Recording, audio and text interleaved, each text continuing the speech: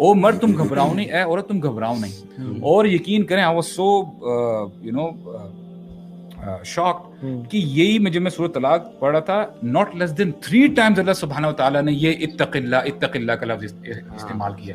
ومن یتق اللہ یجعل لہ مخرجا, جو اللہ تعالیٰ کا تقوی اختیار کرتا ہے اللہ تعالیٰ اس کے لیے لازماً کوئی نہ کوئی وے آؤٹ نکال دے گا. It goes for both. So basically you are not saying کہ عورت مال نہ کمائے.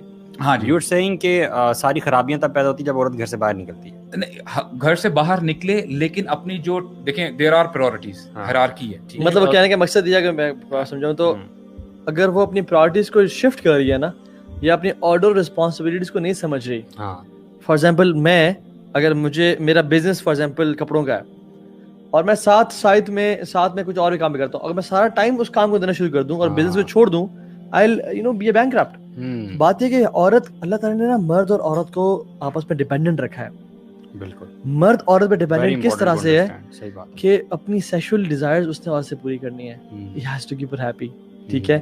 دوسری چیز اس کی اولاد, اس کی آنکھوں کی ٹھنڈک, اس کے گھر جانا ہے, اس کی جو ایک لائف کا بیلنس ہے نا وہ عورت کے ساتھ مینٹین ہوتا ہے. ہماری اگر بیگمیں گھر سے چلی جائے رائٹ, ویسے کیا ہوتا ہے ہم جو ہے نا چھڑے بن کے پھر رہتے ہیں برو, مطلب راتوں کو باہر کے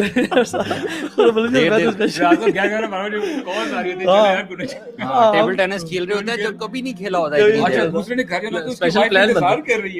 نہیں, دوسرا یہ سمجھ رہا ہے کہ اس کی وائف بھی گھر پہ ہیں تو ہی از ٹیکنگ دی رسک. تو ہاں تو چلو میں بھی کر لیتا ہوں. آخر میں بھانڈا پوٹتے کہ یار اس کی تو وائف گھر ہی نہیں ہے. جن کی وائف گھر پہ ہوتی ہے اور جن کی نہیں ہوتی ان کے گھر چلے جاتے ہیں. اس لیے ان کو تنگ کرنے کا آج ہم نے ارادہ کیا کہ آئندہ نا بیگموں کو ایک ساتھ بھیجنا ہے تاکہ ہم کٹھے پارٹی کر سکیں رات. لیکن نا آپ نے ابھی جو بات کی نا کہ مرد جو ہے وہ خاتون سے سیکشول نیڈز پوری کرتا ہے, پھر لوگ یہ بات کرتے ہیں without seeing the other side of the story کہ مردوں نے عورت کو سیکس مشین بنا دیا.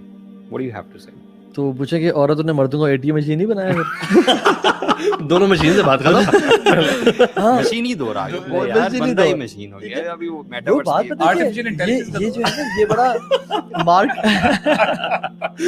مارک ٹوین کہتے ہیں, ہے تو فرنگی لیکن بات یہ کری ہے کہ a good marriage is a union of two beautiful forgivers. یس, ٹھیک ہے, ہضم ہوئی ہے یا دوبارہ ریپیٹ کروں؟ اصل بات ہے کہ ڈیپینڈنٹ ہونے والی جو بات ہے نا وہ بڑی امپورٹنٹ ہے. آپ ایک تصویر کا ایک رخ نہیں دیکھ سکتے کہ مرد نے جو ہے نا وہ سیکشول نیڈز پوری کرنی ہے, بلکہ it's the other way around as well. سنیں, عورت کا کام کیا ہے؟ عورت کو اللہ نے ٹینشن سے پاک کیا ہے, اس سے ٹینشن نہیں لینی زیادہ. پیسے کہاں سے آئیں گے, گھر کا فرنیچر کہاں سے آئے گا, یہ سب پینٹ کیا ہوگا, یہ سارا مرد اس پر. عورت کا کام کیا ہے؟ گھر کی شہزادی ہے وہ. انفیکٹ گھر کے کاموں میں تو وہ شی کین آرڈر اسٹف نا, یس یہ چاہیے یہ چیز, اور مرد اس کا مال بھی نہیں لے سکتا. ہاں یعنی عورت کا حق مرد کے مال پہ ہے, لیکن مرد کا حق کوئی عورت کے مال پہ نہیں ہے. یعنی اف میری بیگم کے پاس سونا ہے تو میں نہیں کہہ سکتا مجھے دو یہ. اگر وہ احسان کرتے تو اپنی بات ہے, لیکن جو میں کما رہا ہوں اس میں سے اس کا ہے حق. ٹھیک ہے نا, اللہ تعالیٰ نے نا اتنا کمال کا جو ہمارا اسلامک سسٹم ہے نا برو, ڈیپینڈنٹ رکھے ایک دوسرے کے اوپر تاکہ کوئی ہینگی پینگی نہ کرے. This is how Allah subhanahu wa ta'ala has elevated the status of women. Yes. جو حالانکہ اس کے کنٹریری پروجیکٹ کیا جاتا ہے نا کہ خواتین کے حقوق نہیں. اگر ہم اسلام سے پہلے دیکھیں نا, کیونکہ جو آپ بات آپ کر رہے ہیں اس میں تو عورت کو فائدہ ہی فائدہ ہے. اسلام سے پہلے تو عورت ایک دھبا تھی. عورت جب پیدا ہوتی تھی نا, ہمیں لیکچرز میں بتایا کہ عورت جب پیدا ہوتی تھی تو اس کو فوراً سے دفنا دیا جاتا تھا.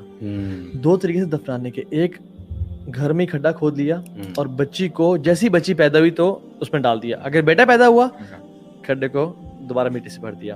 دوسرا طریقہ کیا تھا کہ جب پیدا ہو جاتی تھی وہ تو اس کو ٹیسٹ کیا جاتا تھا کہ شاید شی ول بینیفٹ اس, شاید ہم پیئر پریشر, لوگ کیا کہیں گے کہ پریشر ٹیکل کر لیں اور اس کو اپنے ساتھ باہر نکال لیں.